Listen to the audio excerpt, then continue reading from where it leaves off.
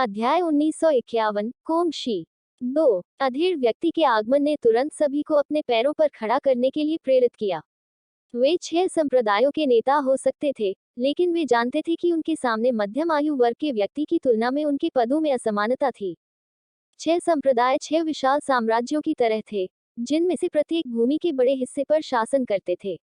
हालांकि ether hall एक ऐसा अस्तित्व था जिसने पूरी दुनिया को कवर किया।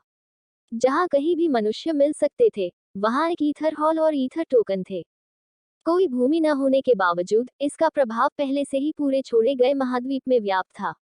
उल्लेख नहीं करने के लिए, कोई नहीं जानता था कि उनके सामने खड़ा मध्यम आयु वर्ग का व्यक्ति वास्तव में कितना शक्तिशाली था। साधारण काश्तकारों के पास अपने जीवनकाल की सीमा थी, लेकिन उम्र बढ़ने की अवधारणा उनके पहले मध्यम आयु वर्ग के व्यक्ति पर लागू नहीं होती थी। उन्होंने कई हजार साल पहले सबसे पहले अपना नाम इस तरह बनाया कि दुनिया में ऐसा कोई नहीं था जो उन्हें न जानता हो। फिर भी उसके बाद से वह थोड़ा सा भी नहीं बदला है। भले ही उनमें से कुछ दुनिया के शीर्ष पर खड़े पावरहाउस थे, फिर भी वे स्वाभाविक रूप से उसे टाल देते थे। उन्होंने मुठ्ठियां पकड़कर उनका अभिवादन किया। हॉल मास्टर कान को सम्मान देना। समारोह में खड़े होने की कोई जरूरत नहीं है। हॉल मास्टर कोंग ने अपनी सीट ग्रहण करते ही चुटकी ली। जिस कारण से हमने हॉल मास्टर कोंग को यहाँ यात्रा करने के लिए परेशान किया है, वह अज्योर ब्रिज से संबंधित मामले पर चर्चा करना है। क्या हमें उस समझौते को जारी रखना चाहिए जो हमने पहले किया था, या क्या हमें कार्डों में फेरबदल करना चाहिए और एक नई व्यवस्था पर बातचीत करनी चाहिए? भाई हान के नाम से जाने जाने वाले बूढ़े ने पूछा। वास्तव में 4000 साल पहले आपने अजूर ब्रिज के माध्यम से प्रवेश किया और हॉल ऑफ गॉड्स के विशेषज्ञों को हराया। इस प्रकार एक एकल ईथर चरित्र प्राप्त किया। उस चरित्र के साथ आपने ईथर हॉल बनाया। आपको यहाँ किसी और की तुलना में हॉल ऑफ गॉड्स की अधिक समझ है, और हमारे संदेहों को स्पष्ट करने के लिए आपसे अधिक उपयुक्त कोई नहीं है। संप्रदाय के नेता किन ने कहा। मैंने हॉल ऑफ गॉड्स में प्रवेश किया था, लेकिन जो भयावहता भीतर है, उसे कुछ शब्दों में संक्षेपित नहीं किया जा सकता है। अजूर ब्रिज हर 100 साल में एक बार दिखाई देता है, लेकिन पिछले कई हजार सालों में कोई भी सफल नहीं हुआ है। यह चीजों को थोड़ा हिला देने का समय है, हॉल मास्टर कोंग ने चकली के साथ कहा। वह बोलना जारी रखने ही वाला था कि भाई हान ने अचानक अपनी कलाई फड़फड़ाई और उसके हाथों में एक जे टोकन दिखाई दिया। एक नजर डालने के लिए नीचे की ओर देखते हुए भाई हान की आंखें चमक उठी। माइबो एक्स नोवेल पर पढ़ना। कॉम कृपया। क्या हुआ भाई हान? संप्रदाय के नेता किन ने पूछा। मुझे अभी अभी अपने संप्रदाय के सदस्यों से एक रिपोर्ट मिली है। संस्थापक द्वारा छोड़े गए तलवार के इरादे को समझने वाला एक प्रतिभाशाली व्यक्ति अभी प्रकट हुआ है। भाई हान ने हंसते हुए कहा। तलवार का इरादा आपके संस्थापक द्वारा पीछे छोड़ दिया गया है। तुम्हारा मतलब यह नहीं है। भगवान की तलवार का इरादा। हॉल मास्टर कांग थोड़ा अचंभित था। वास्तव में, भाई हान ने जवाब में सिर हिलाया। ऐसा कहा जाता है कि देवताओं की तलवार के इरादे को केवल देवताओं द्वारा ही क्रियान्वित और समझा जा सकता है। जिस व्यक्ति ने इसे समझ लिया है, वह भविष्य में महान चीजें हासिल करने के लिए बाध्य है। हॉल मास्टर कांग की आंखें चमक उठी और उन्होंने मुस्कुराते हुए पूछा, क्या मैं जान सकता हूँ कि संप्रदाय के सदस्य का नाम क्या है? ठीक है, मुझे डर है कि मेरे बुजुर्ग इस समय इस मामले को देख रहे हैं। अब तक उन्होंने केवल संस्थापक द्वारा छोड़े गए तलवार के इरादे के साथ प्रतिध्वनि का पता लगाया है, भाई हान ने उत्तर दिया। समझा। हॉल मास्टर कोंग ने सिर हिलाया। चूंकि ऐसा कोई आंकड़ा सामने आया है, मुझे लगता है कि अज्योर ब्रिज से संबंधित नियमों को बदलने की अधिक आवश्यकता है। बेशक, हमें इस मामले पर तभी चर्चा करनी चाहिए जब आप उस प्रतिभाशाली तलवारबाज भाई हान को पालें। हमें यह पता लगाना होगा कि वह व्यक्ति कौन है और ठोस योजनाएं बनाने के लिए उसके पास किस तरह की क्षमताएं हैं, है ना? हम सहमत हैं। दूसरों ने सहमति में सिर हिलाया। बहुत अच्छा, हम अगली सूचना तक बैठक स्थगित कर देंगे, हॉल मास्टर कांग ने कहा। इस प्रकार 6 संप्रदायों के नेता जल्दी से अपने रास्ते पर चले गए। भाई हान आरोही बादल तलवार मंडप की ओर वापस जाने ही वाले थे कि अचानक उन्होंने हवा के झोंके की आवाज सुनी। अगले ही पल हॉल मास्टर कांग उसके सामने पहले से ही खड़ा था। हॉल मास्टर कांग, भाई हान ने अपनी मुट्ठी पकड़कर प्रणाम किया। भाई हान, कुछ ऐसा है जो मैं आप तक पहुंचाना चाहता हूं। जिस व्यक्ति ने देवताओं की तलवार के इरादे को समझ लिया है, वह अजूर ब्रिज पर एक आवश्यक भूमिका निभाने के लिए बाध्य है। जबकि मुझे नहीं पता कि वह इस समय कितना शक्तिशाली है। एक प्राचीन के रूप में, मैं अब भी उसे एक उपहार देना चाहूंगा। यह मेरी पहचान का प्रतिनिधित्व करने वाला एक टोकन है। यदि आप प्रश्न में व्यक्ति पाते हैं, तो कृपया उसे दें।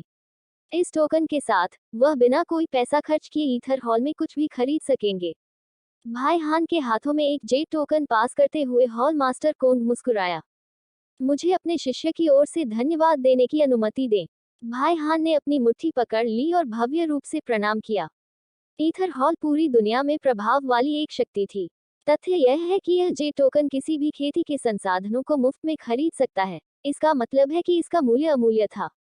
यह कहा जा सकता है कि जब तक एक किसान के हाथ में यह जे टोकन होगा, तब तक छोड़े गए महाद्वीप के सभी संसाधन उनके कब्जे में होंगे। उन्हें अब पैसे और इस तरह की चिंता करने की जरूरत नहीं होगी। इससे बड़ा कोई उपहार नहीं था।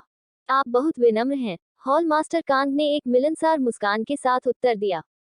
आपको यह भी पता होना चाहिए कि ईथर हॉल के अस्तित्व का उद्देश्य काश्तकारों को मजबूत करना है। मैं इसे दुनिया के विशेषज्ञों का पोषण करने की अपनी जिम्मेदारी के रूप में देखता हूँ। हॉल मास्टर कांग, आप वास्तव में एक उदार व्यक्ति हैं। मैं सचमुच विस्मय में हूँ। मुझे क्षमा करें, लेकिन कुछ ऐसे मामले हैं जिन पर मुझे अपने संप्रदाय के समर्थन में ध्यान देना होगा। अगर और कुछ नहीं है, तो मैं छुट्टी ले लूंगा। भाई हान ने तेजी से भागने से पहले अपनी मुट्ठी पकड़ ली। हॉल मास्टर कोंग ने भाई हान के जाने वाले चित्र को देखते हुए अपने हाथ उसकी पीठ के पीछे रख दिए। उसके दिमाग में क्या चल रहा था, यह बताना असंभव था। थोड़ी देर बाद उसने सिर उठाया और आसमान की ओर देखा। वह किसी अन्य व्यक्ति से बात कर रहा होगा, या शायद यह सिर्फ अपने आप में बड़बड़ा रहा था। मैंने इतने साल इंतजार किया है, और अंत में, मेरे धैर्य का भुगतान किया गया है। जल्द ही बाहर आ जाओ। मुझे नहीं पता कि मैं और कितना इंतजार कर सकता हूँ। हवा के झोंके के साथ, हॉल मास्टर कांग नजरों से ओझल हो गया। अल्पविराम। झांग शुबान एल्ड काउंसिल या पहाड़ पर जो कुछ हुआ था, उससे पूरी तरह बेखबर था। उस समय, वह काओ चेंगली की ओर देख रहा था। उसके चेहरे पर एक बहुत ही अप्रसन्न भाव था। उसने बाद वाले को कुछ खबर इकट्ठा करने के लिए भेजा था, लेकिन वह साथ ही सूजे हुए चेहरे के साथ लौट आया था। यदि स्वर्ग के पथ जैनकी की वृद्धि के लिए नहीं जो उसने पहले दूसरे पक्ष के शरीर में डाला था, तो दूसरी पार्टी की मृत्यु हो सकती थी। मैंने आपको ईथर टोकन के बारे में समाचार इकट्ठा करने के लिए कहा था, है ना? आपने खुद को ऐसी स्थिति में लाने के लिए क्या किया? झांग हुआ ने निराशा में पूछा। यहाँ तक उनके पिछले बटलर सुन कियांग भी इससे ज्यादा सक्षम थे। वह जानता था कि सुन कियांग को जो भी कार्य सौंपा जाएगा वह त्रुटिहीन रूप से पूरा किया जाएगा। जबकि सुन कियांग को अपनी बड़ाई करना पसंद था, कम से कम, बाहर जाने के 1 घंटे के भीतर उसे इतनी बुरी तरह से थपथपाना कभी समाप्त नहीं हुआ था। मैं काओ चेंगली का चेहरा अविश्वसनीय रूप से अजीब हो गया। काओ चेंगली का स्पष्टीकरण सुनने के बाद, झांग शुबान पूरी तरह अवाक रह गया। अंत में, काओ चेंगली अभी भी एक डाकू के रूप में अपने स्वभाव के प्रति सच्चे थे। जब वह जानकारी इकट्ठा करने की कोशिश कर रहा था, उसने एक सुंदर शिष्य को देखा और उसके साथ छेड़खानी करने की कोशिश की। नतीजतन, वह लगभग मौके पर ही मारा गया था।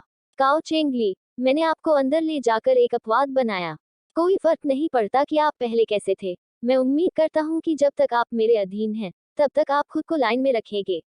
मुझे किसी ऐसे व्यक्ति की जरूरत नहीं है जो मेरे अधीन हो, झांग शुबान ने सख्ती से कहा। काओ चेंगली वास्तव में बहुत ज्यादा बेशर्म था। आरोही बादल तलवार मंडप के सेवक शिष्य कम से कम महान ऋषि 3 दान में थे, और अपने वर्तमान साधना क्षेत्र के साथ उनके साथ इश्कबाजी करने की हिम्मत करने के लिए, वह मृत्यु को प्रणाम कर रहा था। यदि अन्य लोगों को नहीं पता था कि वह डैन शियाओटियन का सेवक था, तो सभी उसके पास जो बचा होगा वह सिर्फ एक ठंडी, सख्त लाश थी। लेकिन यंग मास्टर, आप यह भी जानते हैं कि मैंने इसे 10 दिनों से अधिक समय तक रखा है। इसके अलावा, मैंने उस पर बिल्कुल भी हाथ नहीं डाला। मैंने उससे जितना हो सके सज्जनता और विनम्रता से पूछा। काओ चेंगली का चेहरा शर्मिंदगी से लाल हो गया। वह हमेशा एक शक्तिशाली कामेच्छा वाला एक अनर्गल आदमी रहा था, और वेश्यालय में उसके साथ साथ महिलाओं को वापस ले जाने के उसके रिकॉर्ड ने उसके बारे में बहुत कुछ बताया। उसे 10 दिनों के लिए रुकने के लिए कहना वास्तव में उसे धक्का दे रहा था। उसने सोचा था कि अपने तेजतर्रार रूप से, वह कम से कम एक महिला शिष्या को उसके साथ आने के लिए बहका सकता है। फिर भी, कौन जानता था कि जैसे ही वह बोलना शुरू करेगा, उसे धक्का लगेगा। यह देखकर कि कैसे काओ चेंगली अभी भी अपनी बात पर अडिग था, झांग शुआन ने अपने हाथ से अपना सिर ढांक लिया। डेन शियाओटियन सही थे, उसे इस साथी को स्वीकार नहीं करना चाहिए था। उसे लगा जैसे उसकी प्रतिष्ठा धीरे धीरे उसके द्वारा कलंकित की जा रही है। पर्याप्त, मैं ऐसी चीजों को दोबारा होते हुए नहीं देखना चाहता, समझे? जो मामला मैंने तुम्हें सौंपा है, वह कैसे गया? यह देखकर कि उसने यंग मास्टर के क्रोध को पकड़ लिया है, काओ चेंगली ने अपना मुंह चलाने की हिम्मत नहीं की। उन्होंने जल्दी से थोड़ा झुका और रिपोर्ट किया, यंग मास्टर, मैंने पहले ही इस मामले को देखा है, और आरोही क्लाउड तलवार मंडप का ईथर टोकन आंतरिक शिष्यों के बाजार में बिक्री पर है। कीमत लगभग 20 तलवार मंडप सिक्के है। 20 तलवार मंडप के सिक्के। झांग हुआ ने मुंह फेर लिया। यह बहुत पैसे की तरह नहीं लग रहा था, लेकिन वह तलवार मंडप के सिक्कों की क्रय शक्ति को भी नहीं जानता था। कितने तलवार मंडप सिक्के? यहाँ एक मूल अमर गोली है, झांग हुआ ने पूछा। आह, मैंने अभी तक उस पर गौर नहीं किया है, काओ चेंगली ने शर्मिंदगी भरी हंसी के साथ जवाब दिया। फिर आंतरिक शिष्यों का बाजार कहाँ है? यह, काओ चेंगली ने अपना सिर झुकाया और पूछा, क्या मुझे उस पर भी गौर करना चाहिए? तब आपने क्या देखा? झांग शुआन का चेहरा उस समय अधिक से अधिक चमकीला होता जा रहा था। जिस युवती ने मुझे पहले पीटा वह लियू लुजी नामक एक आंतरिक शिष्य की अधीनस्थ है। वह 1.7 मीटर लंबी है, और उसके 3 आकार 85, 74, 88 हैं। उसके पैर कम से कम 1 मीटर लंबे हैं, और वे निष्पक्ष और चिकने हैं। इससे भी महत्वपूर्ण बात यह है कि उनका अनुपात वास्तव में एक ईश्वर का कार्य है। यंग मास्टर, मैं आपको बता दूं, मैंने अपने जीवनकाल में बहुत सी महिलाओं को देखा है, और यह महिला निश्चित रूप से मेरी सूची में शीर्ष पर है। काओ चेंगली की आंखें उत्साह से चमक उठी। पर्याप्त, झांग शुआन ने गुस्से में हाथ हिलाया। वह क्या बकवास था? जो कुछ उससे पूछा गया था उसे ठीक से पूरा करने के बजाय उसने अपना समय इस तरह की बकवास को उजागर करने में लगा दिया था। बस आपकी प्राथमिकताएं क्या हैं? अपनी जिम्मेदारियों को याद रखें। आप यहाँ हमारी सेवा करने के लिए हैं, लड़कियों के साथ फ्लर्ट करने के लिए नहीं। अभी बाहर निकलो और खोजो कि आंतरिक शिष्यों का बाजार कहाँ है। अगर तुमने उसे खोजे बिना लौटने की हिम्मत की, तो मैं तुम्हें बधिया करवा दूंगा। झांग जुबान ने ठंड से ठहाका लगाया। अपनी उंगली की एक झिलमिलाहट के साथ तलवार की चीका एक उछाल झांग जुबान के ऊपर इकट्ठा हो गया। वह जोर जोर से गड़गड़ाहट कर रहा था, जैसे कि वह किसी चीज पर तबाही मचाने के लिए तैयार हो। हाँ हाँ, अपने क्रॉच के चारों ओर एक ठंडी हवा महसूस करते हुए काओ चेंगली का चेहरा पीला पड़ गया और उसने डर के मारे अपनी जांघों को तुरंत बंद कर दिया। और अगर आज रात तक आप इसे नहीं ढूंढ पाए तो मैं एक घोड़े को वश में कर दूंगा और इसे अपने साथ चलने दूंगा, झांग हुआ ने धमकी दी। काओ चेंगली ने तुरंत अपने निचले गालों को एक साथ डरावने रूप में जकड़ लिया। उसने सोचा था कि उसका नया मालिक एक बहुत ही प्रमुख और उचित व्यक्ति होगा। वह कैसे जान सकता था कि उसके मन में वास्तव में ऐसे घटिया विचार होंगे? वास्तव में एक घोड़े को वश में करने और उसके खिलाफ इसका इस्तेमाल करने के बारे में सोचने के लिए। अचानक काओ चेंगली को उस रात घोड़े की याद आई जो मार्शल आर्ट का इस्तेमाल कर सकता था और झांग जुबान चाय परोसने में सक्षम था। अगर उसके मालिक ने अपना दिमाग लगाया, तो वह वास्तव में ऐसा करने में सक्षम होगा। नहीं, मैं ऐसा नहीं होने दे सकता। मैं एक आदमी के रूप में फिर कभी अपना सिर ऊंचा नहीं कर पाऊंगा। मैं अभी बाहर निकलूंगा। एक भी बेकार शब्द कहने की हिम्मत किए बिना काओ चेंगली कमरे से इतनी जल्दी बाहर भागा कि ऐसा लगा जैसे वह किसी राक्षस से भाग रहा हो। इस बार झांग हुआन की धमकी के तहत काओ चेंगली आवश्यक जानकारी के साथ जल्दी से लौट आया। यंग मास्टर, आंतरिक शिष्यों का बाजार इस पर्वत की तलहटी में स्थित है। मैंने मूल अमर गोली की कीमत पर भी ध्यान दिया है, और उनमें से एक की कीमत लगभग 2 तलवार मंडप के सिक्के हैं। काओ चेंगली ने औपचारिक रूप से उत्तर दिया। एक एकल मूल अमर गोली 2 तलवार मंडप सिक्कों के लायक है, जबकि ईथर टोकन की कीमत 20 तलवार मंडप सिक्के हैं। यह, क्या कीमत में असमानता बहुत बड़ी नहीं है? झांग शुआन अवाक रह गया। स्टारलाइट सिटी के ईथर हॉल में वापस एक मूल अमर गोली 100,000 ईथर सिक्कों के लायक थी, जबकि ईथर टोकन केवल 20,000 ईथर सिक्कों के लायक था। फिर भी ईथर टोकन वास्तव में यहाँ एक मूल अमर गोली से 10 गुना अधिक मूल्य का था। यह मुद्रास्फीति थोड़ी बहुत भयावह थी। मैं विवरण के बारे में निश्चित नहीं हूँ, लेकिन ये कीमतें हैं जो मैंने अब तक एकत्र की हैं, काओ चेंगली ने समझाया, क्योंकि उसने अपनी जांघों को एक साथ कसकर निचोड़ा था, इस डर से कि झांग शुआन गुस्से में उस पर कदम रखेगा। मुझे आंतरिक शिष्यों के बाजार में ले आओ, मैं इसे खुद देखना चाहता हूँ। उद्धरण चिन्ह। यह जानते हुए कि शब्दों पर अपना समय बर्बाद करना व्यर्थ है, झांग शुबान उठ खड़ा हुआ और कमरे से बाहर चला गया।